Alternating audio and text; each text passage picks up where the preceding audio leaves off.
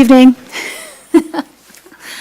Sorry, I was, well, almost just on time. But, let's see. My computer's also going to be.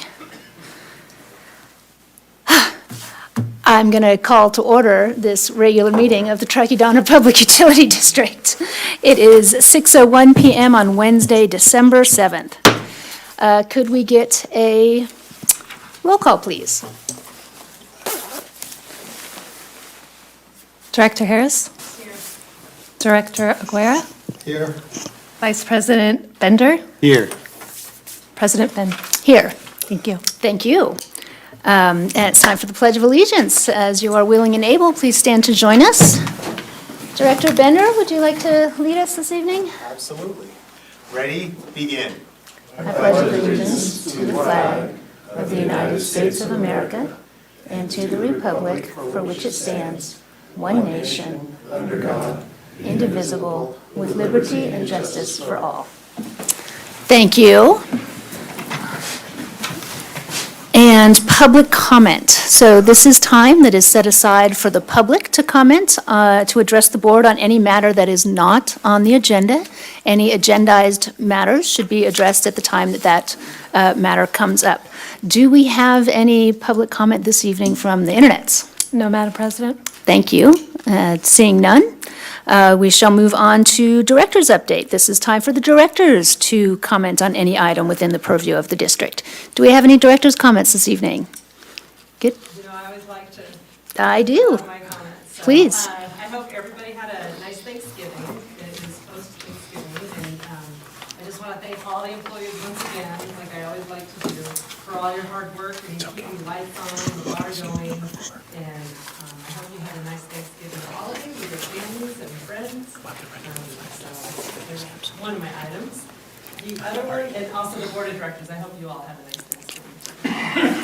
The other item is that this past weekend, we said goodbye to a local politician, Barbara Green. And I'm not going to go into her full history, but she is a former mayor of the town of Truckee, as well as a former Nevada County supervisor. She's been very instrumental with land conservation in the Bay Area as well as locally here. And just a community activist, but she's also a very good friend. I've known her for over 20 years. She was kind of like a mom to me, and very good friends with her daughter Sarah. But we had a wonderful memorial to celebrate her life, and it's just nice to acknowledge how important she was to this community. Yeah. Thank you, Director Harris. I absolutely agree. She was an asset to our community, and it's a sad, and I offer condolences to her friends and family. Director Bender, Director Aguirre. I think that she was around, but every now and then she'd be there. It's amazing how she showed up at the right times. Very true. Okay, and I do not have a director's comment this evening either. So let's roll right into the general manager's update. Thank you, President Finn. Have a few this evening. First, as Director Harris pointed out, I wanted to hope everyone had a great Thanksgiving holiday, had some opportunity to spend time with family and friends, and ushered in the winter snow season for us. So we're entering those winter storm cycles. Want to commend the efforts of our line crew and water crews, our customer service group during the storm cycles there, really making sure that the community service of public power and water were maintained. We had a couple of small outages, but were quickly restored, and we hope that we have our fingers crossed that these storm cycles are similar to this. You know, the 6 to 8 inches every couple of days, every week or so, really builds that snowpack for the water. Brings the economy, the winter economy that we all look forward to in tourism, but also doesn't cause the damage that we experienced last December with the sudden and intense storms of December. I want to take the opportunity to recognize a couple of staffing changes that we're very happy and excited about. First, I'd like to introduce Cody LaPlaca. He's been with the district for more than 11 years now. He has more than 15 years of experience as a lineman And then for the last 7 months, he served as the district's interim assistant and electric operations manager during some of our staffing transitions. So I'd like to recognize Cody LaPlaca's great work over the last 11 years with us, but also formally announce that Cody's been promoted to the Assistant Electric Operations Manager for the district. Cody exemplifies the work ethic of our utility. He honors and embodies our core values and has over the years been worked with his teammate with high regard. He has comes with great recommendation and support from his team across the district staff. So thank you, Cody, for joining us as the Assistant Electric Operations Manager. Thank you, Cody. Appreciate it. It's also a really great example of internal succession planning and growth from within. And so we hope that's something we can carry forward, nurture through our training, staff development, education. Cody is an example of that, a shining example of that. So thank you, Cody. Also would like to introduce to the board, whom you haven't met yet, is Dan Price. Dan Price has been hired as the district's electric operations manager, working side by side with Cody to provide leadership to our electric line crew, operations, and electricians for the district. Dan comes to us with more than 40 years' experience in the electric utility sector as a journeyman lineman, as a Northwest Lineman College trainer, as a contractor on the private side, and also as a lineman with electric co-ops in the Midwest. So welcome, Dan. Dan, we're excited to have you on board and some of the leadership and opportunities for training that you can bring to the district. So thank you for joining us.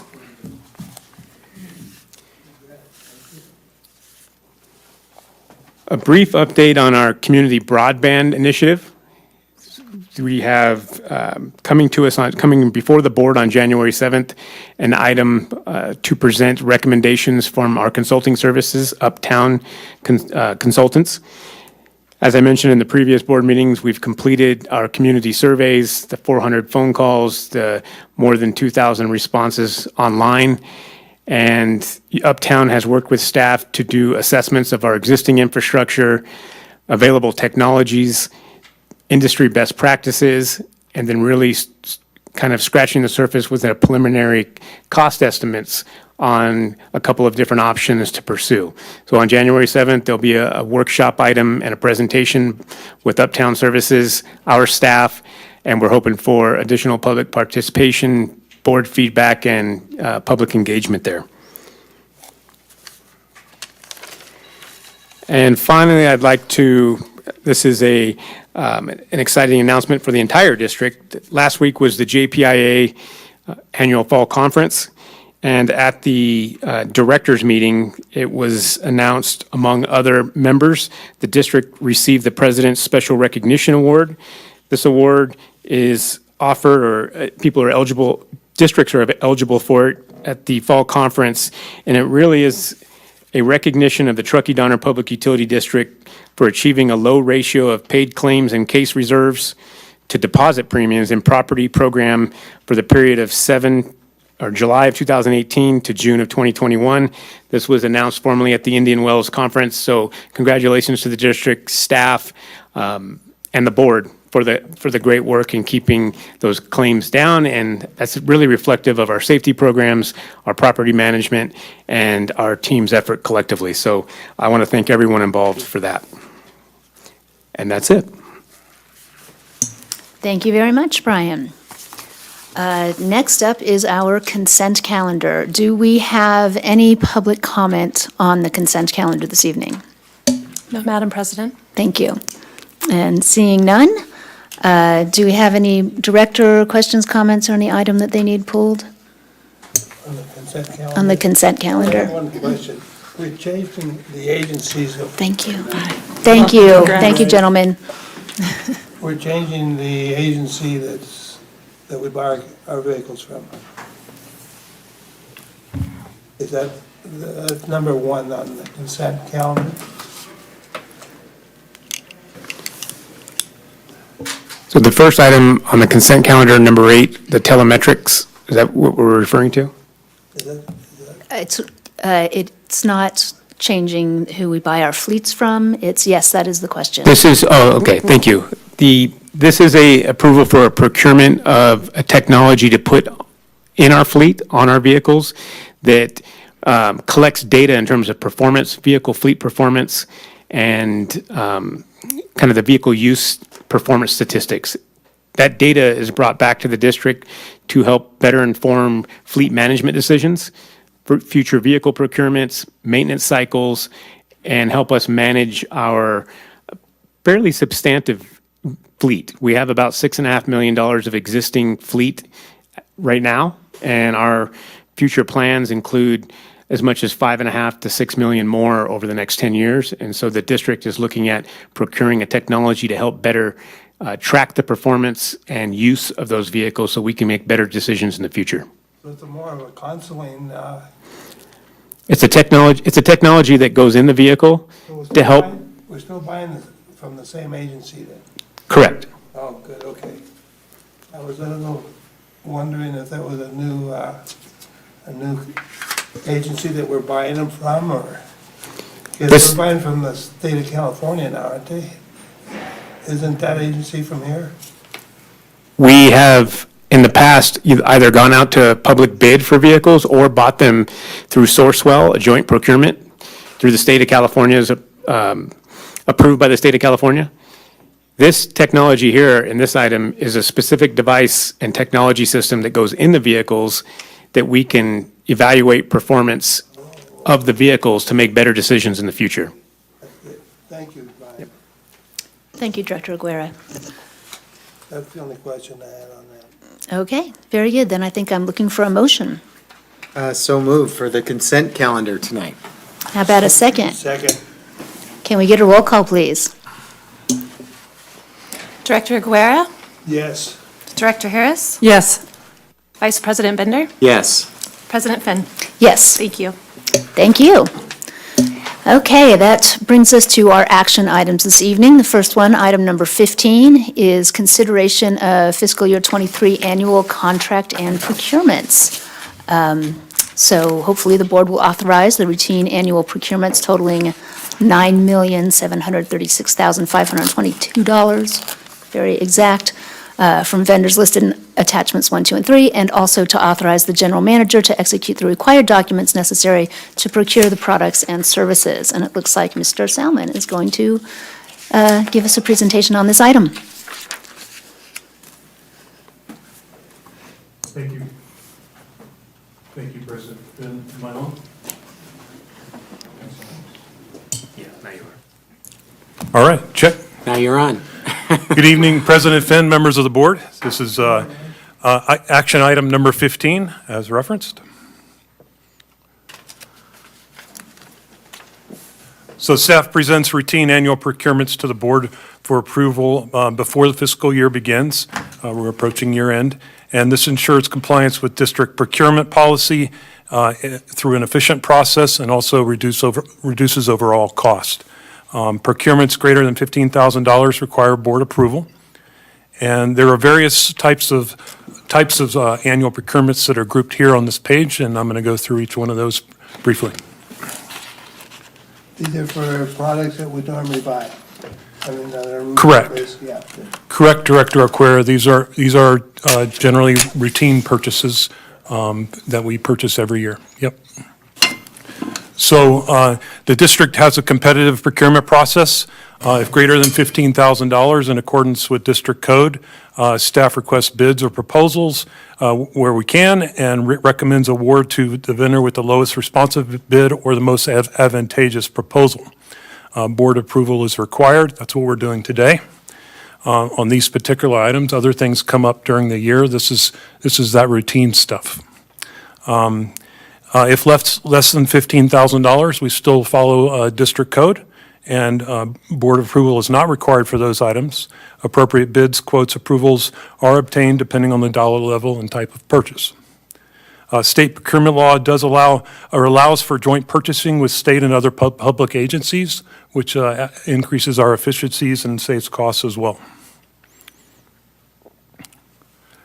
The first grouping of items is attachment 1, which is sole source procurements for 13 vendors for a total of almost 1.5 million, and that includes specialized software, hardware, and unique services.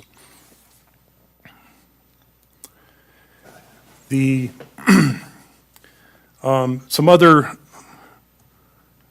other specifics in that category are electric reclosers, controls, meters, locking rings, switches, underground cable, high voltage products, and water meters and MTUs. So the core of our business, of supplies. Just want to mention that. Special services with no RFP process, also included in attachment 1, there's 9 vendors for a total of $770,000. And this includes specialized software, hardware, and unique services. The bulk, 400,000 of that 770 is our ERP system, NISC. And so that's our software for customer service, billing, accounting, the OMS system that we now have deployed, as well as many other side softwares that are all integrated through the NIST software. So that's the bulk of that. Other softwares include Nutanix, VMware, Citrix, and our Tate radio services.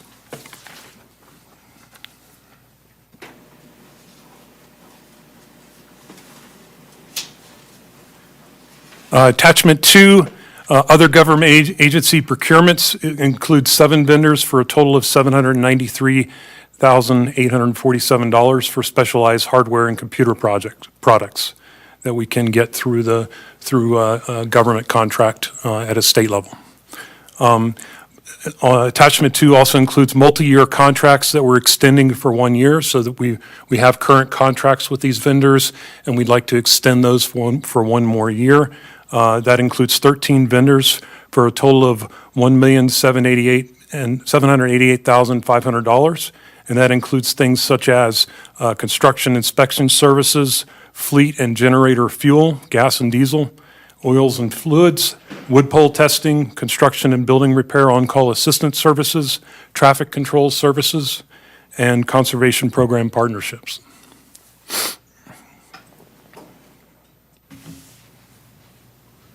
Attachment 3 has several categories on it. The first category is competitively bid products. Procurements with the lowest response includes 11 vendors for a total of $3,953,200 for routine items such as electric switchgear, other wiring cables and power poles, aggregate materials and asphalt materials, wildfire mitigation, regulatory line clearing efforts, that's a big part of this line item, electric and water market basket contract purchases for routine materials. Attachment 3 also includes competitively procurements most advantageous, which includes 4 vendors for a total of $263,275 for annual routine service items such as janitorial, photography, welding, and geotechnical testing services. Attachment 3 also includes professional services, no RFP process with vendors with unique qualifications, and that includes 11 vendors for a total of $646,200, and those items include logging, engineering, GIS, and surveying services. Michael, will have money to pay that? I know we have in the past. I'm going to get to the fiscal impact. Yes, sir. The short answer is yes. Lastly, on attachment 3, there's a unique item. It wasn't on there last year. Non-contracted work includes 1 vendor for a total of $55,000 for estimated annual repair and inspection services for medium and heavy-duty specialty fleet vehicles. Think aerial boom trucks and the expertise needed to repair and or inspect those repairs and those pieces of equipment. So we may not spend that total, but if something breaks, we need to be able to get it fixed and get it fixed quickly.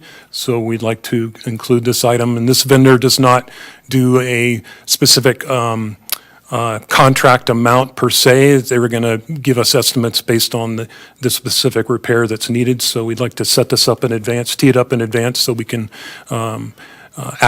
timely pursue the repair if needed. Attachment 4 is a request for qualifications unique due to the supply chain issues, and includes 2 vendors for a total of $1.2 million for electric transformers. There's a lot of detail in electric transformers that are in the RFP process, were included in schedules A, B, C, and D.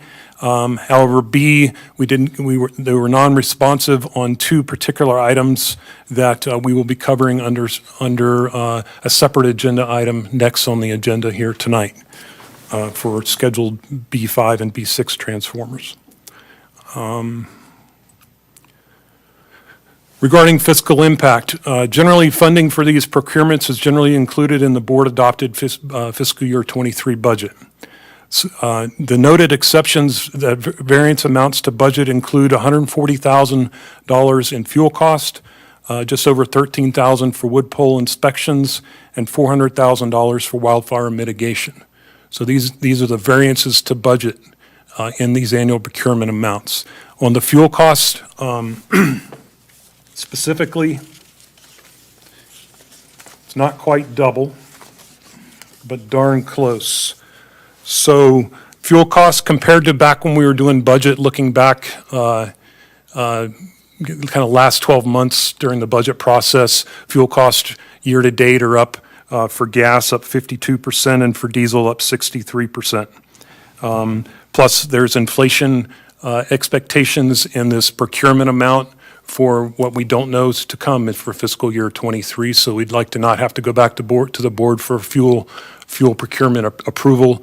So there's a contingency in there for potential inflation to continue for fuel cost that may or may not occur. We do not know. We're at 80% compared to 2020, 80% higher compared to 2020 level of fuel cost. The $400,000 wildfire mitigation is about 50-50 between contingency for additional services that may be needed and then the cost increase of the lowest bidder for 2023 as compared to our current contract for 2022. We do have sufficient funds in our operating reserve to cover these identified notable variances to budget.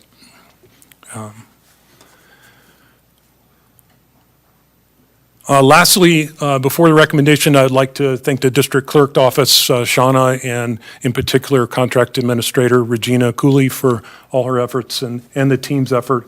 It's truly a team effort to put together what I haven't counted the number, but it's got to be at least 100, 150 different contracts and nuances and proposals and RFPs. It's a very long process.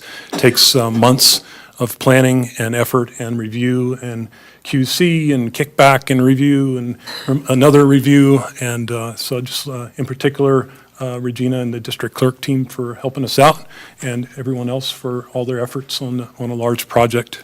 But anyway, so the recommendation this evening presented to the board for this item is A, board authorize the routine annual procurements totaling $10,936,522 for vendors listed in attachments 1, 2, 3, and 4, and B, board authorize the general manager to execute the required documents necessary to procure the products and services listed in attachments 1, 2, 3, and 4.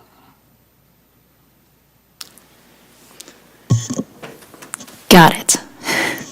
Thank you very much, Mike, for gathering all this information and presenting it to us in such a succinct way. Do we have any public comment on this item tonight? No, Madam President. Okay, and seeing none here in person, I'm going to open it up to directors' questions and comments. Shall we start at the far end and work towards me? Okay. I agree, it's a Herculean effort to manage so many contracts and get them getting approved, so thank you for that. I have a question about one of them. And I just saw it, so that's why I I have this question. But there's ECS is on there twice, once for imaging and once for software. The imaging is 50,000 for a document management software, and then ECS software is for Laserfiche software and scanning.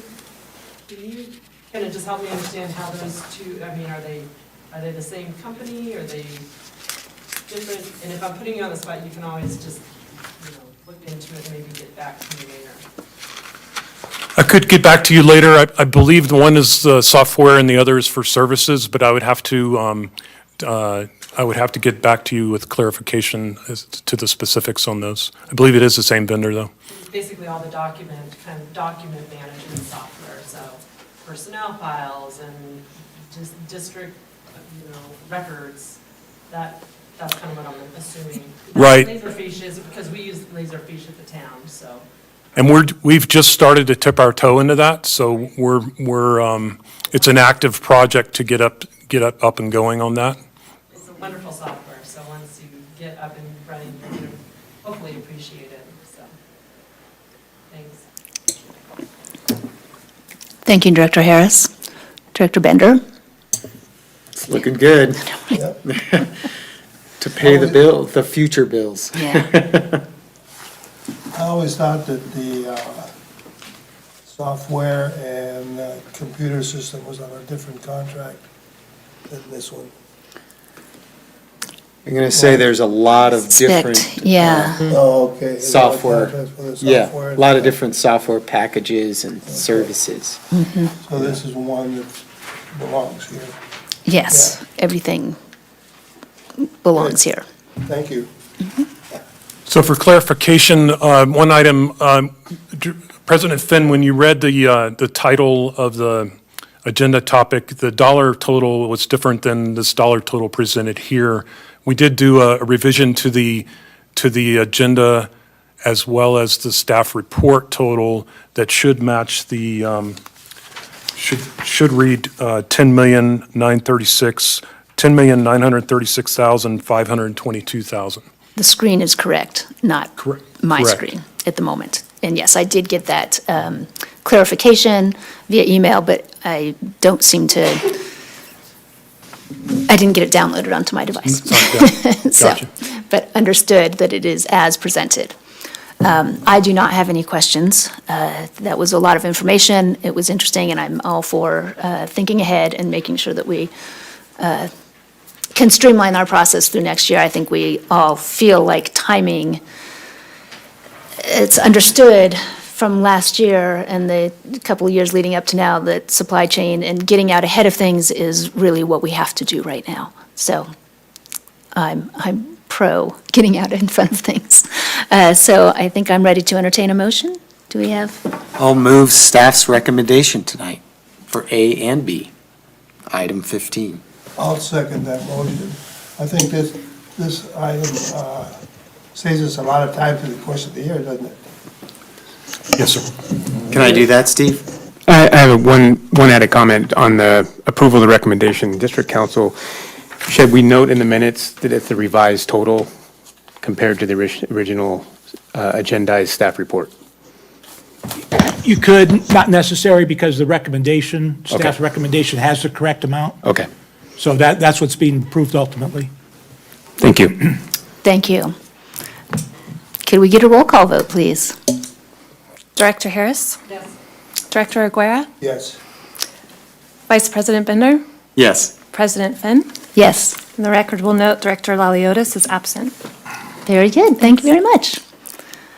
That brings us to action item number 16, consideration to dispense with competitive bidding and negotiate directly with suppliers for fiscal year '23 procurement of pad mount switchgear, current limiting fuses, and transformer schedule B5 and B6 units. I am not going to read the As and the Bs because I have a feeling Joe Horvath is going to go down in quite a bit more detail. Well, good evening, President Finn and members of the board. Thank you for the introduction there. This is action item number 16. So regular and timely procurements of electric materials and supplies are necessary to meet district needs.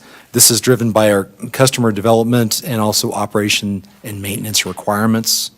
Staff presents these annual procurements to the board for consideration and possible approval in the December timeframe. That just happened in the previous agenda item. And of course, these materials are routine in nature and reoccurring. They provide efficiencies in avoiding availability and delivery challenges, especially in the light of the recent supply chain issues. Challenges remain, however, for three particular material items. That's pad mount switches, current limiting fuses, and a couple of transformer types, which we'll be discussing in more detail. So bid advertising for these annual procurements began in October. Bids were opened on November 14th, and responsive bids were received for the majority of those materials. And those, the results for these items was just presented in the previous agenda item by our CFO, Mike Salmon. But unfortunately, no bids were received for three items: pad mount switches, current limiting fuses, and two transformer types. Now, these are necessary components of our electric system, both for construction and operation. By quick review, pad mount switches are used to sectionalize or open and close underground feeder circuits. They provide the ability to switch between main feeder circuits, which is very important in an outage situation or when switching substations. And they minimize outages during all those types of activities: operation, maintenance, and repair. Of course, fuses safely and efficiently sectionalize open. That improves system reliability to our customers by opening the fuse closest to the problem, so the minimum number of customers get affected during an outage. And current limiting fuses are required to be in compliance with our 2022 board-adopted wildfire mitigation plan. Transformers simply convert higher distribution voltages to voltages we all use in our homes, wall plugs and outlets that we're used to, 120 and 240 volt. Manufacturers are struggling right now to get specialized raw materials, particularly core steel for transformers. There is a nationwide shortage of transformers that's been widely publicized. The effect of that is now delivery times are in excess of 12 months. We did manage to get one bid for our most of our 12 kV transformers, which is the bulk of our schedule of transformers, about 35 total. So we did get a bid for 35 of those units. However, no bids were received for two particular 14 kV transformers, what we call Schedule B5 and B6 units. So no bids were received for those units. So in response to no bids, one option could be that we could repost the bids. However, there's a high degree of uncertainty if reposting will yield a different result than what we've got, no bids. And that's due to pervasive supply chain issues affecting utilities nationwide. Reposting the bid would also require additional staff time and resources. And suppliers have told us that they will not bid again. So it'll be probably impossible to get bids if we tried that again. Alternatively, we could make a finding, the district could make findings, to dispense with competitive bidding and allow staff to negotiate directly with those suppliers. We believe that this is probably the most efficient and cost-effective method to acquire these materials in the shortest possible time, and also that it would better serve the public interest by dealing with this particular issue, this problem, in a sensible and practical way. To proceed with this option, the board must make a finding to dispense with competitive bidding in accordance with California law. The most efficient way to do that is by way of resolution, which I'll come back to in a moment. And the justification for dispensing with bidding involves California court decisions relating to the Public Contract Code, or PCC. The contract code generally requires that public agencies like the district to award contracts for materials and supplies above certain dollar amounts using a competitive bidding process to the lowest responsible bidder. And the section from the code is cited there.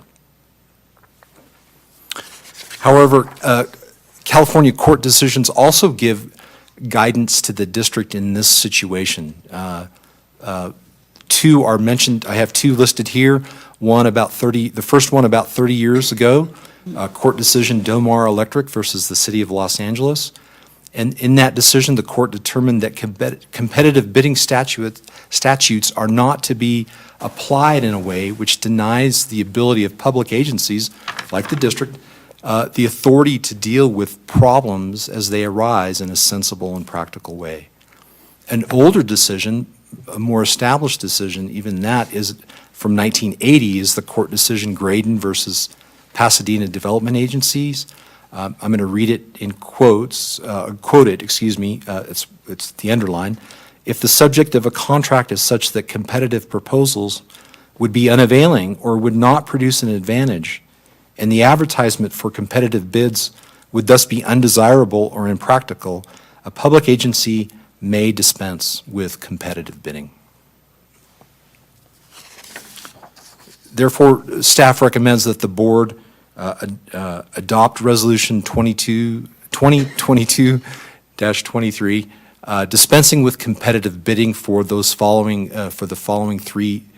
three material items, including pad mount switches, current limiting fuses, and the 2 transformer types. And staff also recommends that the board authorize the general manager to negotiate directly with suppliers for their procurement in fiscal year 23 up to the amounts listed here. The board-approved budget for fiscal year 22 and 23 includes funding for electric materials procurements, and these materials are part of various capital expenditure project budgets.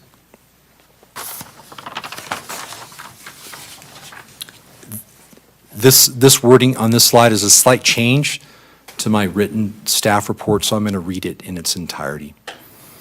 Staff recommends that the board adopt Resolution 2022-23, dispensing with competitive bidding with an amendment to Section 1 such that it states that the district hereby dispenses with competitive bidding for pad mount switchgear, current limiting fuses, and transformer Schedule B5 and B6 units as described in the staff report attached hereto, and authorize the general manager to negotiate directly with suppliers for the fiscal 23 procurement of the following materials up to the listed annual amounts: pad mount switchgear, $350,000, current limiting fuses, $300,000, and transformer Schedule B5 and B6 units, $50,000.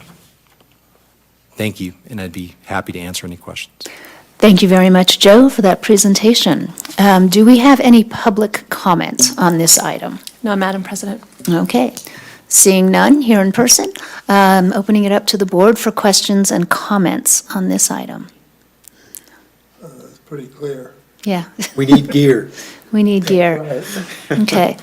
I just want to take a moment and point out to the public who may or may not be watching that this is, we are not dispensing with competitive bidding across the board. This is a very narrow and specific situation that is not, we're not going to broaden this in any way. We are going to be following the law, but we do need gear, right? So just to be transparent, that, and this has already gone out to bid once, and it was non-responsive. So that is one of the key components, is that we did ask for bids, we did not receive any bids. Now, at this point, we can say, not again.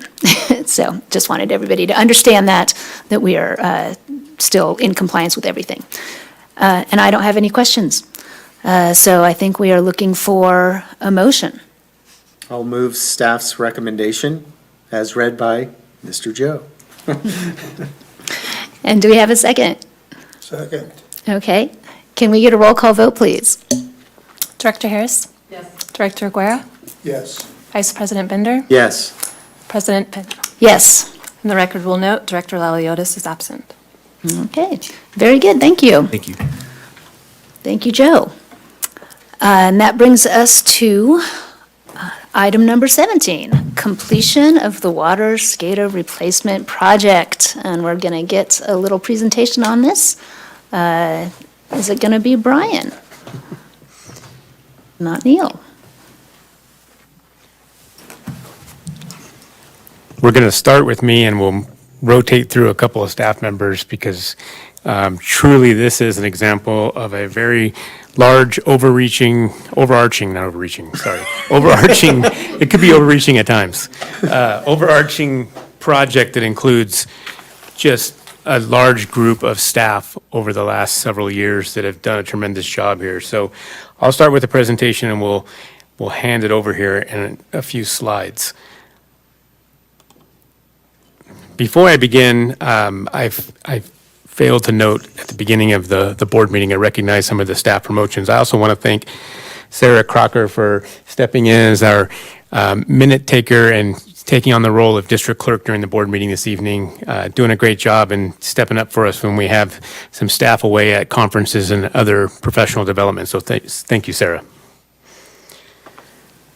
As you mentioned, President Finn, this is action item number 17. It's really more of a report out. The action or recommendation is to give feedback, but we'll go through this item here and feel free to stop any of us along the way as we go through the presentation.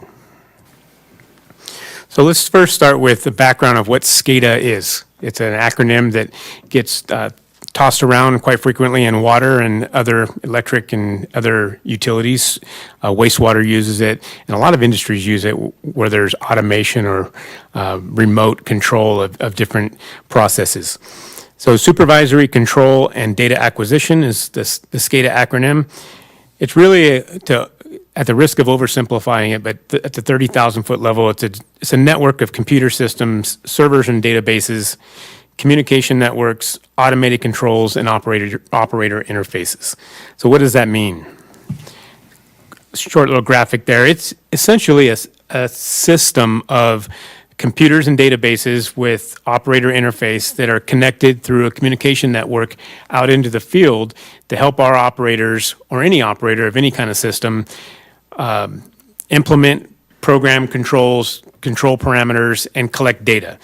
And so it consists of, computer and databases, a communication network, remote computers or PLCs and RTUs, and then those actual automated interfaces with whatever equipment you're trying to operate. In our case, it's tanks, water, pumps, wells, valves, anything we want to automate, we can utilize SCADA systems to do that. Some of the capabilities of a SCADA system. Obviously, system automation is a huge part of it. Automated pump and motor controls, valve and tank level set points, process monitoring, such as water quality treatment, things like reporting out chlorine residuals. We can do water temperature, pH, all of those water quality parameters that are important for us.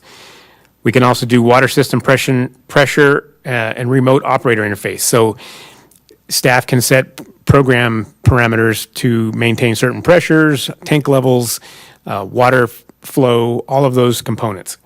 And then really what's becoming more and more important in SCADA systems as those systems evolve is data collection.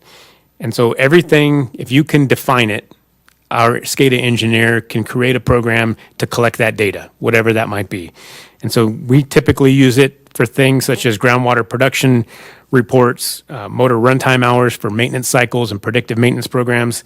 And then hopefully in the future here real soon, really incorporating our SCADA systems into that wire-to-water efficiency and energy use parameters.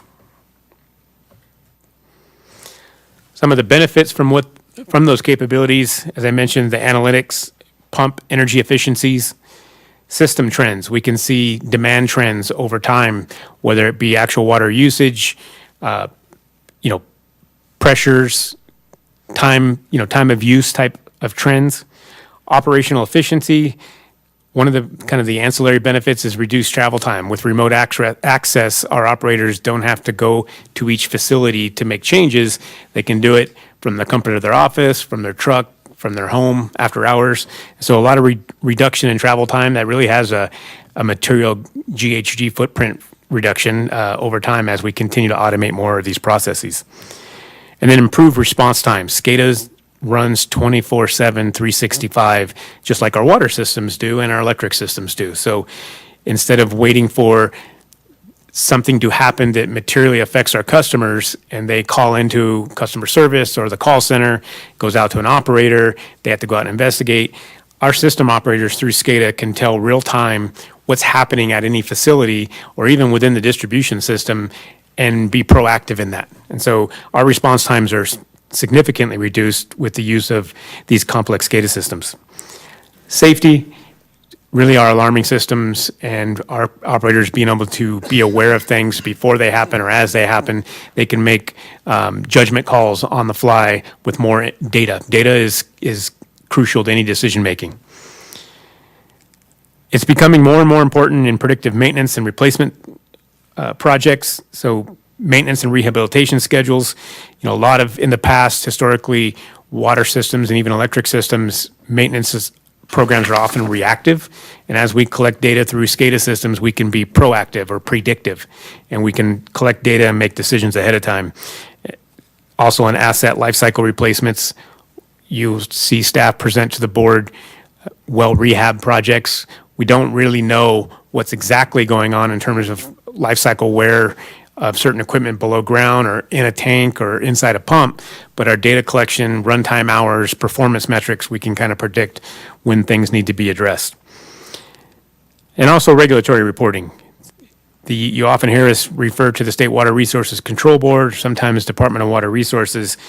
The regulatory burden is becoming more and more significant really on the reporting aspect. The district has for many years maintained a high level of compliance, high level of water quality, high level of reliability and safety. It's the reporting requirements that are becoming more and more burdensome. And so these two can be automated through our SCADA system because the data is already in, it's out there. We just need to be able to manipulate it and present it in the way that it's asked or requested. So a little bit of background on our water SCADA replacement project. If you may recall, back in 2009, either as a board member or maybe as a ratepayer or someone just here living in or visiting the Truckee area, in 2009, the district took the opportunity to evaluate our existing SCADA infrastructure. And really what this was kind of driven by was that in the late 1990s and early 2000s, the district merged with a couple of other water systems. We merged with the Glenshire Mutual System and the Donner Lake Water System. And each of those systems had their own automated controls. They were very early versions, kind of not very high tech, but kind of what the technology offered during their construction and development. And so the district was left with, after those mergers in the early 2000s, with three disparate SCADA systems that really were not compatible with each other. They worked on different programming logic. They used different communication networks. And our operators were faced with, Glenshire system has one control profile or platform. The Truckee main system had a different one. And then the Donner Lake system had a kind of a hybrid. We repurposed aging infrastructure to kind of get by for a while as we were learning how the Donner Lake system, the characteristics of it. And so in 2009, 2010, the district was really focusing on evaluating what the next steps were and what the best approach would be moving forward. And as I mentioned here in the slide, some of the challenges was incompatibility of three different systems. There was no real way to merge them together. We engineered kind of ad hoc some mechanisms to collect information in one spot, but they really operated independently. There was more and more limiting availability of engineering and technical support. So the systems, particularly the Truckee main system, was proprietary. It was designed by highly skilled, amazing engineers, but it was very proprietary to their programming logic. A lot of stuff was hard-coded, so any kind of major modifications or adjustments to the system required those engineers to come back to the district and make those adjustments for staff or the operators. And so early on in the technology evolution, that was acceptable. But as things started to evolve and our needs evolved, it really become more and more cumbersome for staff to make changes as needed. And really, part of that was also the aging hardware. The computer evolution was happening as we were using our system, and so finding replacement parts or the ability to upgrade our existing systems with new computer technologies became more and more difficult.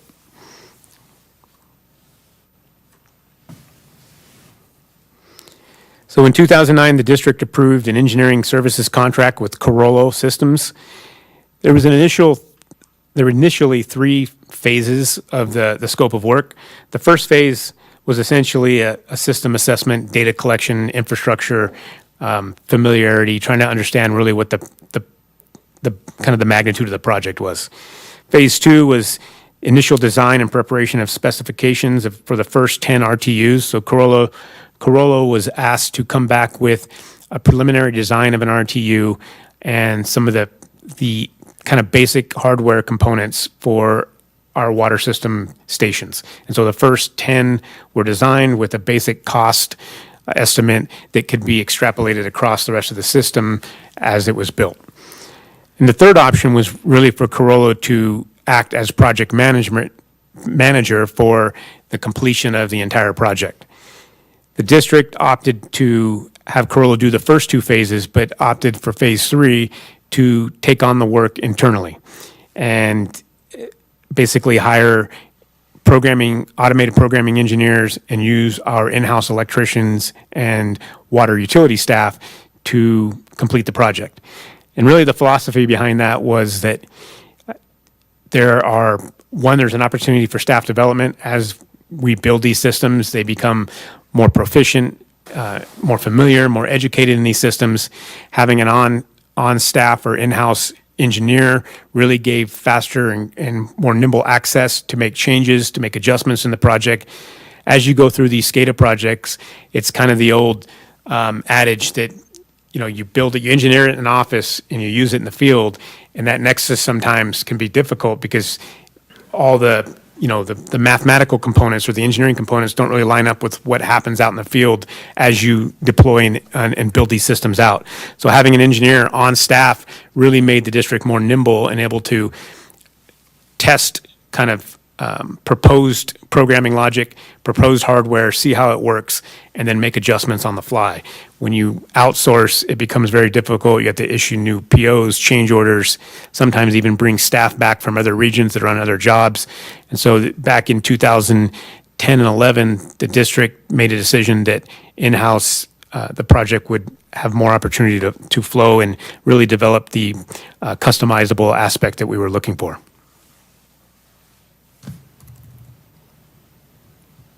So Corollo created a basic template, a basic design engineer of the SCADA system for the district, taking into account our system, the 3 systems that have been merged together, the Glenshire, Donner Lake, and the Truckee Main system, and really trying to think out ahead for at least not so much customizable, but an expandable system that can continue to build out with our water utility. One of the big challenges early on were the communication aspects. We'll get into it here in a little bit, but the district has always desired to have a redundant communication platform using multiple technologies. So if one fails, you have something else to fall back on, understanding how critical public water is to our community. So Corollo did an initial radio survey and communication assessment that served as a kind of a platform foundationally, but our engineering staff really had to expand this and become more detailed. We were faced early on in this project with a change in FCC rules and bandwidth access. And so, the district had initially, with Corollo's consulting, had an idea that radio bandwidth would be the primary way of communicating with the system, but the FCC changed the rules and bandwidth access for public utilities. So we had to adapt to that, and that was procuring different radios, setting up different towers, and kind of modifying our communication routing to be more effective. And then Corolla offered a basic template of what the remote telemetry unit looks like, the RTU. This is essentially the unit out in the field that receives the information and deploys it into whatever you're automating. So this computer at each station, a pump station, a well, the programming logic is stored there, and it acts accordingly based on your control parameters. This is just a quick hydraulic map of the district. And so here's where the kind of the rubber meets the road, and the nuts and bolts of the SCADA project really started to take hold. In 2012, the district hired a SCADA engineer to begin the process of automated controls and really kind of do an assessment of the district's needs in each of the systems. The scope of work for this project included engineering of the automated controls and programming logic. That was done in-house. Managing the compatibility and integration of existing infrastructure. This kind of dovetails into the last bullet item there, the transition planning. So as you build these big systems, the phasing in and transition from the old system to the new system is really challenging, because you don't just build the entire system and cut the entire system over when you're done. You're building it in phases and making sure that your new phases don't interrupt with existing infrastructure. And so you're building new technology, installing it, but also making sure it works with existing technology out there. And so it was really a large, coordinated, and strategic effort by our SCADA engineers and water utility staff to make sure that service never was interrupted, but we still in the field installed, implemented, and tested these new systems. And so also the SCADA engineer and water team were tasked with designing and installing redundant communication networks. This includes radios, fiber, microwave, LTE wireless. So there was a very collaborative effort there. And then quality control testing. Really, that's the testing after you put it out in the field to make sure that, there's a couple of key tenets of this project. One was to maintain system reliability, safety, and efficiencies. And so those were what our team were tasked with as they moved this project along. Beginning in late 2012 and early 2013, the project began really in 8 different phases. We broke them out basically by subdivision or kind of hydraulic sectors of our water system. We began with the Donner Lake and Armstrong system and moved across the district section by section, completing each one, testing it, disconnecting the old system, and moving on to the next phase. And so incrementally, our team moved across the entire distribution system, ultimately here recently pulling the last plug of the old system after all 8 of these phases were completed. Just to give some context of the enormity of the project, we're 40 square miles, 200 and I think close to 30 miles of underground pipeline. We have, I think, 32 to 36 pump stations.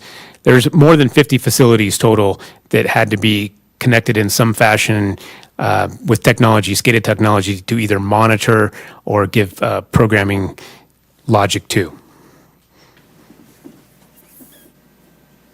Oh, here we go. So the entire team was faced with 56 water facilities and control points, 49 RTUs. I think that might have expanded a couple of already. Redundant communication systems included the SCADA reliability project, our fiber optic that's currently being assessed for the larger community broadband. We utilized LTE wireless internet connections where we had difficulties with radio coverage. We've have a couple places where we use microwave technology, direct line of sight communication, and then a pretty advanced radio network that carries our kind of core minimum communication packets to make sure that the SCADA system is still active even on backup generation and power loss in different, various places of the system. Also, a huge component and consideration was network security. It's always important. You've heard a lot of things in the news over the last 10 years with attempts on utility infrastructure. Recently, the kind of vandalism attacks on substations back east. A couple years ago, you heard about hacking into water SCADA systems in Florida. That's been a continuous threat and challenge for water systems across the country. I'm very proud of the work that our IT department, our SCADA engineer, and our water system techs have done in terms of preserving network security with multiple layers of firewalling and protections there, all while maintaining remote access for our operators. That's not an easy task to take on. And then in terms of the fully customizable programming logic, it was always our intent to not have an off-the-shelf, out-of-the-box system, but having foresight and seeing out in front of us that changes are going to happen and regulatory requirements are going to come, system demands are going to change, our customers' needs might change. And so the system was designed in a manner that changes could be implemented relatively quickly with customizable programming logic. Our SCADA engineer has done a tremendous job of creating what they call in the industry ladder logic that can be quick plug and play as modifications or new needs come up. And then multiple operator access is really giving our operators an opportunity, whether it's within this office, out at the stations, or at their home on call, you have pretty quick and nimble access to the system to make the appropriate changes. Quick overview. This is what we refer to as an HMI, the human machine interface. And so you see a couple of examples of operator screens here. Without having seen the old systems or some of the old systems that us folks have been in the water industry for a long time have seen, the stick figures, the line charts, the old kind of DOS, early Apple graphics. This is really quite remarkable what our team has done here in terms of creating an interface that really user-friendly, whether you're have programming logic background or you're a new employee as a water operator, you can really see visually, it's intuitive, it makes sense. All of these icons are clickable and they expand into other input opportunities for people to make adjustments or collect data, or really in the upper left-hand corner, you see an overall view of our system where our operators can walk into the office, quickly see a view of the system. If something's wrong, it pops up red, green, yellow, and so within minutes, they can look at 40 square miles of system and see where their attention has to be drawn. Other interfaces out in the field, our SCADA engineer has done a creative job of actually overlaying the system on actual photos of sites. And so new employees can recognize, what site they're talking about. It's not just an icon of something. The creativity is really there. And it's designed in a manner that you don't have to be an engineer to make changes out in the field. There's a lot of plug and play. So, in terms of standardizing some of the equipment, that it helps. Joe and Mike spoke earlier about supply chain challenges.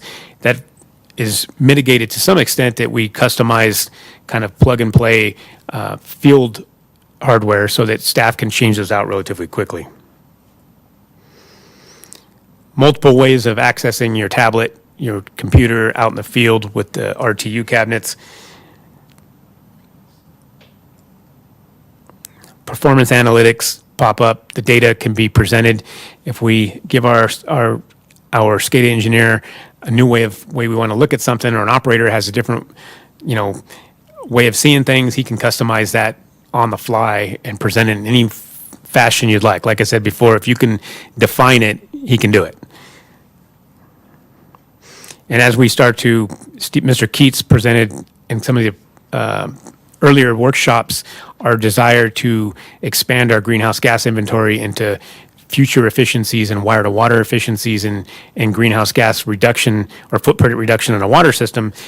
These performance analytics are really where the data comes from, and we can start doing some more broader analytics.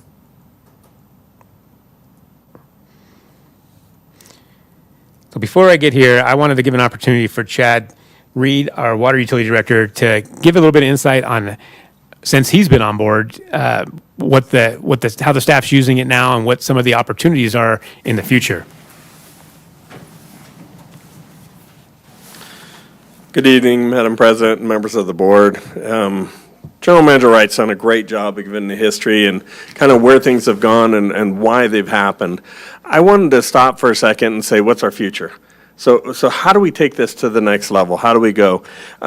There's thousands of man hours that have gone in to make these graphical interfaces that you're seeing, and all the stuff that's behind it is much more complex than what we could even possibly go into. But I think what highlights it best is a quick story, and I'm going to go through. Beginning of summer, we had a well that went down in Hirschdale. It's the only well that's down there. So naturally, you're kind of going, oh, geez, what are we going to do? We need to get water down there. Within hours, we were able to get people mobilized to get what's called a high line, or to run a pipe over the ground down to this. Historically, when this has happened in the past, you would open up a valve. You'd leave this valve go for a little bit, and you would have to really, is a very manually done, very labor-intensive process. Every day you were out there, every day you were checking levels, every day things were going on. Within a very short order, staff had the idea of coming up with a solenoid-operated valve that could interface with the SCADA system, at which time they got with Roe, our SCADA engineer, and they were able to start doing this programming. By the end of that day, they had that valve up that was going with the level control for that tank. They were able to take everything back, this extremely laborious process, and had it running flawlessly within a day. Now, this is one of those stories that just doesn't stop there. This is one of these like perfect storm things that comes together, because we had line crew out there that was helping us to get this pipe over the ground. We had SCADA that was back here in the office getting everything going. We had water techs out there that are wiring up or not wiring, but getting everything ready for this valve. We then had an electrician on staff that was able to make this all happen in such a short order. That's a truly dynamic system. That's something that is just an accolade that you just kind of, as different staff say, you get a sore elbow out as you're patting yourself on the back.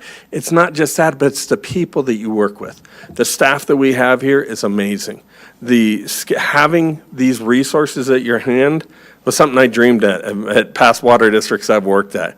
That when I walked in and I saw this system, it was actually kind of taking my breath away. As a person that's been in this industry, I've seen, like what General Manager was talking about, the very basic systems that you're seeing, these line diagrams, and when I saw these interfaces, I was like, this is amazing. It is expensive. It was well worth it, though. This is more than just a pretty picture. This is a vital tool for this district. For the water utility, this is absolutely critical. There's going to have to be maintenance that's going to go forth. There's going to have to be things that time is spent as we go forward. However, every aspect of this has been thought about as we've gone forward. The PLCs are an off-the-shelf type item, which programmable logic controllers are something that is off-the-shelf. We're able to go to things like Granger and different places that you're so familiar with and have parts extremely quick, but we're able to make them work in a manner that is just second to none. So all I can say is the newest member getting to go along with this is it is a huge success and a huge benefit to have something like this at your fingertips. So thank you, General Manager Wright. Thank you, Chad.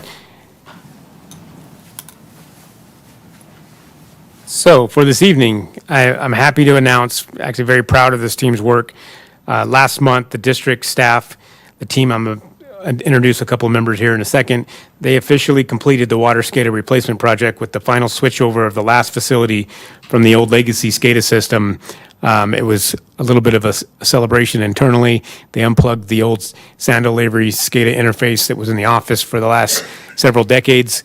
It's actually still in my office. I made submit it to the district's own version of the Smithsonian. Save that. Yes, save that. We'll have it in the front case up front or something. That board was out here in the hall. It's in my office still, but yeah, we're thinking about putting it as a kind of a reminder of the work we've done there. Yeah. And so I'd like to introduce to the board and recognize the work of, first, I want to say that it was a collective body of work. We had several electricians that have worked tirelessly out in the field,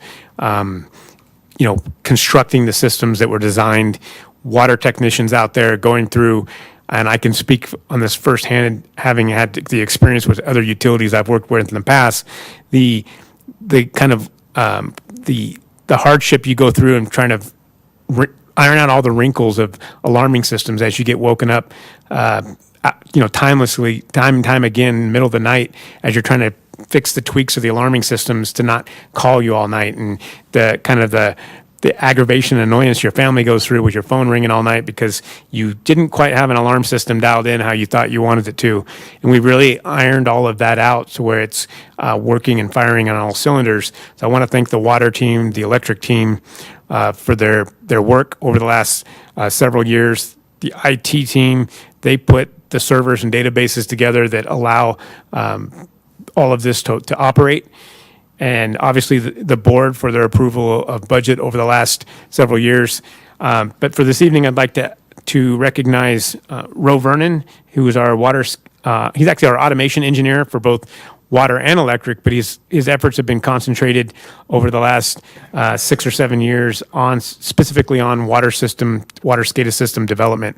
Ro has, I'm going to kind of jumble it up a little bit, but he has a kind of a common phrase or a statement he makes that he's not building the SCADA system he wants, he's building the SCADA system the operators want. And that was truly reflective in the fact that these interfaces were customized to be user-friendly, intuitive, and all of our operators had a say in how these things were developed and really gone through trial and error to perfect them. So Ro has served as not only as our internal team member, but he's recognized the fact that he had an internal customer in the water system and ultimately the public. So thank you, Ro, for many years of service. I don't know if you had anything you wanted to say. I know you can go to the podium if you like. This project wouldn't have been possible without the board's sign-on and the ability to back the project with sufficient resources. Because as Chad mentioned, the system was quite costly. But I think it more than pays for itself. Nobody signs up and says, hey, I want to put skating in because skate is cool. We put this in because when they're in the middle of a blizzard and we're having multiple power outages, they need visibility to understand which generators are on, how long they've been running, because even though we have a big investment in that technology, those things need to be refueled. So there's alarms to say, hey, this has been running for a day and a half. You may want to get fuel. And that's a huge collaborative effort. But again, it's only as successful as the people that use the system. Thank you, Ro. And I'd also like to recognize Earl Smith. He is our water systems operations manager. Earl was instrumental in working with Ro in developing the programming logic to meet the characteristics and the needs of the system. So great job, team effort there. Thank you both for your hard work. And with that, we are formally closing the water SCADA replacement project and moving towards sustaining and maintaining it. And so there will continue to be more challenges, security risk assessments, technology advancement and development, upgrades as needed, just like you have at your home, your computer pack. Sometimes Microsoft comes with upgrades or updates, and you have to replace those out. We'll continue to manage those. From a fiscal impact, Mr. Salmon will have some budget numbers at the year-end budget reporting that'll happen after the first of the year in terms of capturing what the year-end for 2022 is. We are officially moving from the water plate replacement project to the maintenance, capital maintenance. And so for 2023, the budget will include $108,000 in water SCADA maintenance capital and is deemed sufficient for the work we need to do there. We'll report, obviously, in our budget recaps and financial recaps mid-year and at the end of the year where we're at with those. Just to note also, it's included in our 10-year water capital improvement plan for life cycle replacements as these things come up, and in the financial master plan. And with that, staff recommendation is to accept this report and provide feedbacks. Wow, there was a lot. First, public comments. Do we have any public comments on this item? No, Madam President. Oh, thank you very much. Which brings it to the board to express our response. Just one thing. It really is amazing. 13 years. Yeah. Holy moly. I'm just tremendous. It's a Yeah, tremendous yeah, effort. It's a so- tremendous result. This is incredible. It is. Yeah. It's really good news. Hey, Brian, is that old board, now, where is that control?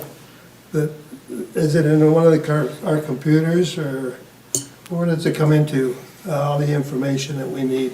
So all of the old infrastructure, the old motherboards, those have all been removed from the system. Oh, I'm sure. So it's completely replaced with modern technology. There was a caveman that used to run that. Well, that was one of the challenges with the old system, where when something would go down, staff would have to reprogram old motherboards, put them in protective bags, static-proof bags, carry them out into the field, install them, test them, just to make relatively minor changes or troubleshoot something. Now, whether it's a water technician row from his office or home, or an IT tech engineer, we can all do it collaborative. We can actually do everything at the same time remotely. There's the days of going out with a motherboard and programming them with ones and zeros are gone. Okay, the motherboard is in Rose's office. They're used as a doorstop now in Brian's office. No, that's the old one. Yeah, the old one. The new, the one we're using. So we have some redundancy. So we have a server room here on campus, and we have a remote offsite server room in a secure location, so there's redundancy. In a van or something? In a bunker. At one time, We can talk I heard- offline. Yeah. I don't want to openly publish where our redundant Security. server is, but definitely, I would love to invite any board members individually to come take a tour of our system and really get some more hands-on kind of interaction with the technology. Don't want to get shot at. No, Oh, man, that really got me. I know. It's infuriating. So out Thank of you, curiosity, Brian. there's two managers that mentioned, that this was a very expensive project. Is there a final report and accounting for really what the true cost it was over the several years that it was implemented? Yeah, staff will come back with a more comprehensive report. The challenge in terms of what we're working on now is kind of, I don't want to say the word filtering, but separating out, we've had a couple projects that dovetailed together. The SCADA reliability project, which was the fiber project, and building out communication to electric and water facilities. We had the SCADA replacement project, and during the project, we also had some maintenance and replacement based on expiring technologies and new federal regulations. And so we're trying to separate out what was considered actually the new installation versus maintenance and replacement over the last several years. We've had the board-approved budget on the annual capital investment in SCADA has been somewhere around the $650,000 per year, which probably puts the project in the $5 to $7 million, depending on how we account that at the end in terms of maintenance versus new construction. But we'll come back with an overall report once we finish processing the numbers. I think this project was over 3, maybe 4 general managers, and, several staff hours. It was a hot project when I was here, and congratulations for finally bringing it across the finish line.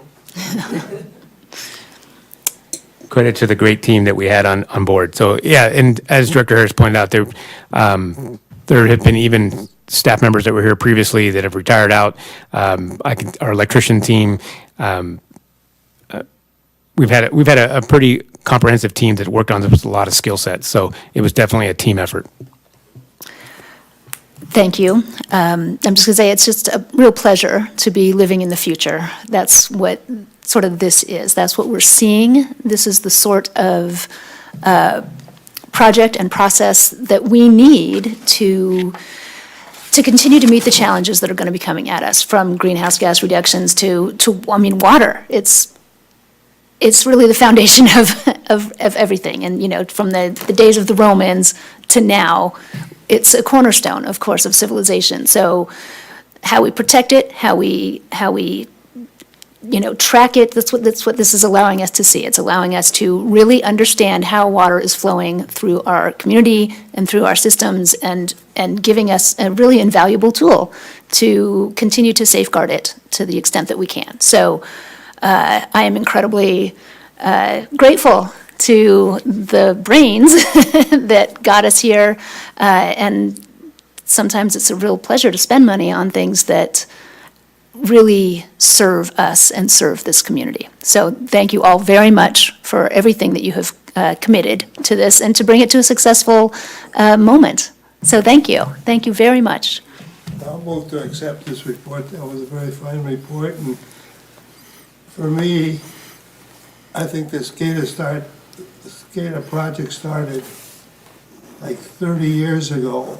That board was operational, I think, the first year that I was here, and then all of a sudden, no more, kaput. And then we started working on the new SCADA system. And I guess we've had 2 or 3, and then add-ons and additions and so on to it. So that was a good report, Brian, thank you. Thank you, Director Gray. I think you have one of the unique opportunities to have seen the evolution from the old telemetry systems with individual phone lines to each station evolved to a completely digital and wireless technology. So it has evolved tremendously over the last several decades. The one person in the entire district to see the whole thing, Joe. The whole thing. Well, I didn't see it all before I asked you. It's good. It's been many years. No, it's good. It's good. Many years. Yeah, this is huge. I'm just so stoked and excited about this. This is the kind of stuff I geek out on, I'm on it on the building side, diving into controlling buildings and fan coils, chillers, boilers, et cetera, and just seeing it for the district here, all in the modern PLCs, the Wonderware, the HMIs. That was like 20 years ago when I used to work with E&M Electric. When I was with Siemens, they were the distributor, but just, you can't manage what you don't control. Mm-hmm. So now we really are seeing it. We're seeing it live. You're seeing it at your desk. You're seeing it at home. You can control these things, and it's just, this is when an engineer gets really excited to see this. We're modern. Yeah, We are. yeah. We're like, you guys are just, it's gonna be so awesome. So, yeah, just having it all at your fingertips and. Well, I was real proud Yeah. when I came on that they were using that, and I found out what it's for. And well, if there's an outage out there or whatever it is, we can just spot it here and go. And then within a year, no more board. So I was disappointed. But I guess we worked it into something better, Yep. something new. Moved into something better and new. That's up with the times, Yep. so that's good. So thank you for that detailed presentation, 13 years to bring everything together with this project. Huge lift. Yeah, thank you All right. very much. So hopefully that was enough feedback. We're very pleased. Thank you very much again. And that brings us to much more down-to-earth routine business. Approving the treasurer's report and the fund balances for the month of September 2022 and disbursements for the month of October, including Government Code Section 53065.5 items. Okay. Do we have any public comment on the treasurer's report? No, Madam President. Seeing none here, do we have any director's comments or questions on the treasurer's report? Nope, okay. Should we move to approve it? Should we? Why not? I see Go no for reason it, to Joe. go for it. Well, I move to approve it. Okay, Pay the bills. Oh, now we can pay the Yeah, bills. yeah, don't forget that. I move to pay the bills. yeah, Thank great. you. Do we have a second? Second. Okay, can we get a roll call vote? Director Harris? Yes. Director Aguirre? Yes. Vice President Binder? Yes. President Finn? Yes. The record will note Director Laliotis is absent. Excellent. Which brings us to item number 19, approval of the November 2nd and 16th, 2022 minutes. Do we have any public comment on the minutes? No, Madam President. And seeing none, do we have any director comments on the minutes? No, but I did watch the November 16th meeting. It's a hell of a meeting. I was absent on that day, and I just wanted to publicly thank staff for all of that information that was presented. It's always a good review of everything, and I do appreciate it. Thank you, Director Harris. Do we have a motion? So moved for the minutes. How about a second? Second. Thank you. Can we get a roll call vote, please? Director Harris? Yes. Director Aguera? Yes. Vice President Bender? Yes. President Finn? Yes. The record will note Director Laliolis is absent.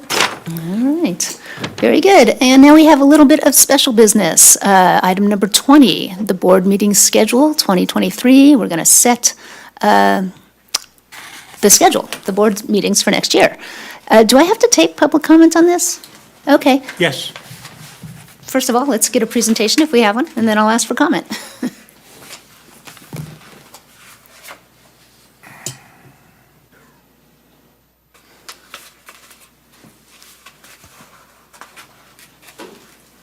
As you mentioned, President Finn, this item number 20, to set the 2023 board schedule. There it is. Each December, the Board of Directors sets the next year's board meeting schedule. For this year, we're proposing the dates very similar, at least in structure, as 2022. What you see here is historically, the district has in district code, I believe, the first and third Mondays of each month. Last year, the board approved to strike the second meeting of each month and hold the meeting the first Monday of each month. And then in each quarter, holding a second meeting in one of the months for the purposes to focus on larger workshops or board discussions, perhaps training or board workshops together. And so here you see a proposed schedule that reflects that one meeting a month with the exception of the quarterly workshop items. One note to consider also is that for 2023, we will be going into the budget review and approval cycle that will start sometime in August. We may at those times occupy those designated workshop for larger budget review processes. There's no direct fiscal impact related to this item. Just setting the board schedules at the purview of the board.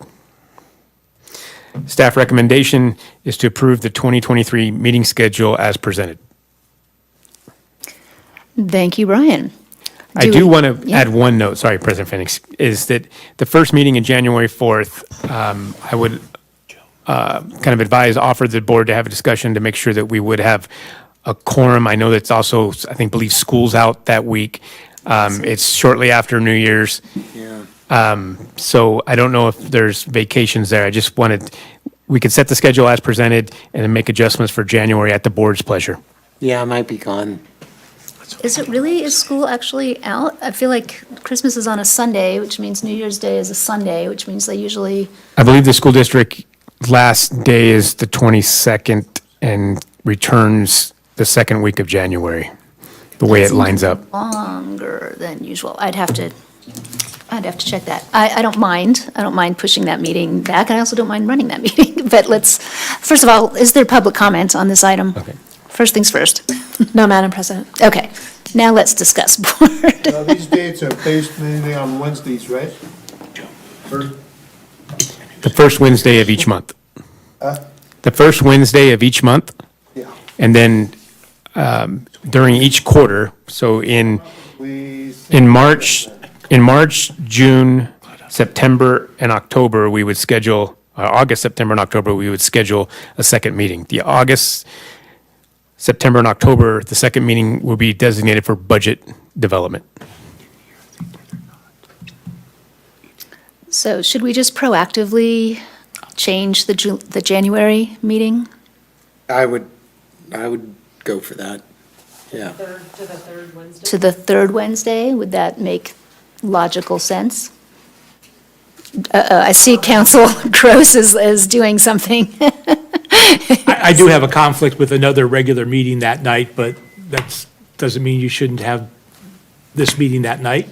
On the 18th, you have a conflict, January 18th. The third Wednesday Yeah. Third of Wednesday. every month, of every year, for 25 Oh, years.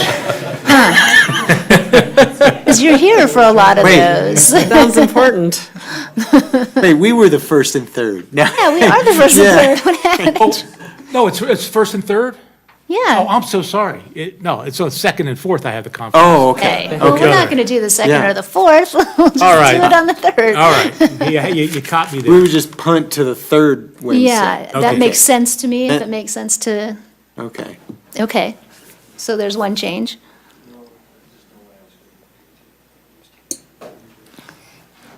Is there anything else that jumps out at anybody as not, When ski skate week is, or I don't I either. think that February 1st. I think that's typically President's Weekend, or spring break. I don't know when spring break is. That seems early for the break, just because we're getting back, especially if we're getting back from Christmas at the second week of January. I hope that it's not, I don't have the school, it's not in my phone calendar for, but, I'm willing to take that risk, I don't. Can I say that? Should I go ahead and move this schedule? Yeah. Moving the January meeting to the 18th? Let's see if we have a school schedule, just to check the February. Director Harris, it looks like February 20th, the week of February 20th. Which nothing is scheduled. It says February break for the school. Okay, And then there great. should be one for spring break. Spring break is, Because my child is no longer in the child. mine is, Me too. it's April 1st is spring Okay. break. I think we're clear. So that note. So the April 5th is right in the middle. Yeah, So maybe the January meeting and the April meeting, move it to the third week, the third Wednesday of the month? Also the April? I'm 'Cause I'm that, loading my kid's spring break calendar. okay. You're really the only person that seems to be I have directly affected, although One Director left. Valiotis also one- has. Yeah, right, he has two, I think, Yeah. still. Any first and third's good with me. Me too. I'm with January, you. February, March. Kids or no kids? I do have a kid, Never but have 15th. Oh, yeah, oh, yeah, first and third. So, yeah, my kid's spring break is the end of March. Oh, okay. I'm so good we're there. fine with that. Yeah. Yeah. Okay. So I think So- this set of dates skirts all of the possible family trips that might be going on with the January 4th change. Just the January 4th change, okay. Moving to the January 18th. Right, correct. Correct. And those changes will be made and distributed to us so that we can remind ourselves. Staff will publish the calendar as approved this evening, Okay, so that it becomes available to the public and the board. okay, very good. Any other, we good? We think we covered everything? Okay. Shall we make a motion? I move to approve the 2023 board schedule with the change of the January meeting to January 18th. Great. Do we have a second? I'll second. All right. Can we get a roll call vote, please? Director Harris, Yes. Director Aguirre, Yes. Vice President Bender, Yes. President Finn. Yes. The record will note Director Laliotis is absent. All right, which brings us to our second item of special business, the election of board officers, where we nominate and elect a president and vice president for the next 12 months. There we go. So special business item number 21, election of officers for 2023. In December of each year, the board elects officers, the offices of president and vice president. The term is December to December. Here's a quick graphic of historically who those officers have been, going back to 2010. There is no direct fiscal impact associated with this item. The election of officers is the purview of the board. Staff recommendation is for the board to nominate and elect a president and vice president for the next 12 months. Thank you, Brian. Do we have any public comment on this item? No, Madam President. And seeing none here in person, we get to bring it to the board. I'm going to just go ahead and nominate my vice president, Jeff, to be the president for the next year. Thank you. My pleasure. Do you accept that? Does that work for you? Okay. Good. Seem to recall and Thought for sure you're going to nominate Tony for something. you Not know. here. Well, we're gonna, And since Tony hasn't done it for a while and you've done a big lift, Krista, I'm going to nominate Tony. Tony, awesome. This is great, and he has, I support that. For VP? Yeah, Tony. Oh, good. Tony for vice president. He was off the hook last time around. He dodged his, I didn't hear my name, so that's okay with me. Lastly, has Tony said anything to anybody about wanting to serve as vice president? Yes, he would, Oh, good. he would like to. Okay, so you kind of cleared it with him? Yeah, Okay. I wasn't trying to be a Perfect. poop. Good, Yeah. good. I did not discuss it with him, but I'm happy with that nomination. Was that nominee second? No one's moved. We to the haven't second. made a move or a second, so we've I got, thought you moved for Tony. I nominated Tony. Oh, okay. There's no moves then. I'll But I go think ahead that's and cool. move to nominate Jeff Bender for president and Tony Laliotis for vice president for the next 12 months. I will second that. Second motion. Oh, you did? I did. It's the only thing I got to do tonight. Can we get a roll call vote on that, please? Director Harris? Yes. Director Aguirre? Yes. Vice President Bender? Yes. President Finn? Yes. And the record will note Director Laliotis is absent. Right on. Great, yes. For the purposes of continuity and administrative ease and minute taking and such, my recommendation for board's approval would be that the current officers stay seated until the end of this meeting for closed session as such, and that the new offices take at the close of this board meeting. Okay, and I think that Council Gross had a finger up. I did, thank you. Before you take us into closed session, I'd like to ask you to go back to item 17, the SCADA report. And maybe I missed it, but I did hear Director Aguirre make a motion to accept the report. I don't know that I heard the second or a vote. That is quite possible. I think So- we got carried away in the moment. Everybody was so excited and slap happy that we may Yeah. have just run right past It it. is an action item. Okay, so I did hear Director Aguirre make a motion to accept it. Make it kind of a motion that we accept that. I did hear that. Do we have a second for accepting that? Okay, and, So once the motion's got to be second, huh? yeah, and now we have to take a roll call vote on accepting that report. Let's do it I now. don't see how anybody cannot second it. Sometimes we throw Director it. Harris? Yes. Director Aguirre? Yes. Vice President Bender? Yes. President Finn? Yes, Thank you. Thank you, Steve. thank you. Yeah, thanks for keeping us. Yep, yep. I think Sarah caught Crossing that, actually. our We gotta Ts. Give Sarah the credit. Yeah. In the minutes. Okay, so that's all of our regular business, but we do have two closed session items this evening. Closed session pursuant to Government Code Section 54957.6, conference with labor negotiators, Brian Wright, General Manager for the unrepresented employees, and number 22, closed session pursuant to Government Code Section 54957, Public Employee Performance Evaluation, General Manager's Performance Plan Review. So we are now putting in abeyance our regular meeting, and we will be entering into closed session. I would like us to take just a 5-minute pause to stretch our legs and go to the bathroom. And we'll see you in 5 minutes, whatever, it's 7:39, so 40 Thank you. to 4.